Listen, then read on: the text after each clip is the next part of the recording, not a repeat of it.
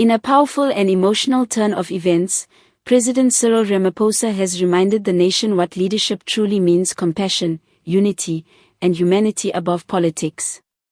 South Africa stood still as breaking reports confirmed that former Minister Nomvula Mokonyane had fallen into a critical medical condition. Doctors described her state as fragile and deteriorating rapidly. The atmosphere in political circles was tense, and across the country, citizens feared the worst. But what happened next has now become a defining moment in modern South African leadership. A president who chose compassion over politics. Despite years of political differences and public disagreements, President Ramaphosa did not hesitate when he received the medical briefing. According to insiders, the president was deeply moved by the seriousness of Mokonyane's condition. He reportedly said, "When life is at risk, politics must step aside." Within hours, emergency consultations were held between the presidency, senior medical specialists, and international health advisors. Doctors advised that her condition required highly specialized treatment and advanced medical technology not immediately accessible locally. The decision was clear.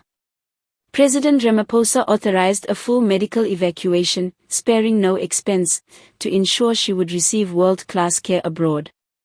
This was not about headlines. This was not about public relations. This was about humanity. The night of the medical evacuation. Under tight coordination and medical supervision, Monkonyane was transferred by ambulance under security escort to a secured section of the airport. A fully equipped air ambulance jet, functioning as a flying intensive care unit, was prepared with advanced life support systems. A team of specialists, including critical care doctors and nurses, accompanied her on board. Witnesses described the moment as emotional and solemn. There were no speeches. No cameras allowed near the aircraft. Only focused medical professionals working against time. As the jet engines roared into the night sky, many South Africans watching from afar felt something shift, not just a plane taking off, but a symbol of unity rising above division. Political rivals, human beings first. Over the years, the political relationship between Ramaphosa and Monkonyane had not always been smooth. Debates, policy disagreements, and party tensions often placed them on opposing sides. Yet in her darkest hour, the president extended a hand of care rather than criticism. Political analysts across the country are calling this moment historic.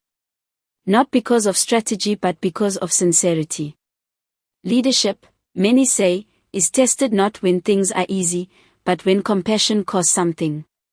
And in this case, the president chose compassion.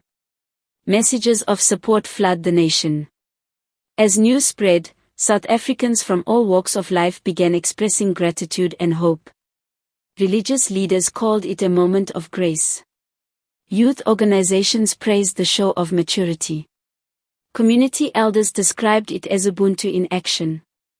Social media platforms were filled with messages such as, "This is the South Africa we believe in.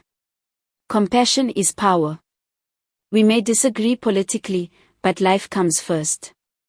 For once, the country was not arguing. It was united. Reports from abroad globe showing Europe-Africa. Sources close to the medical team overseas indicate that Monkonyane was admitted into a highly specialized facility equipped with advanced diagnostic and treatment technology. Doctors immediately began intensive intervention procedures. Early reports suggest she is stable and responding gradually to treatment. While her recovery journey may be long and uncertain, hope has replaced despair. A statement that moved the nation. In a brief national address, President Ramaphosa said, "Our democracy is built on human dignity. We may stand on different sides of debate, but we stand together in protecting life. South Africa must always choose humanity." Those words echoed across television screens and radio stations nationwide. For many citizens, it was a reminder.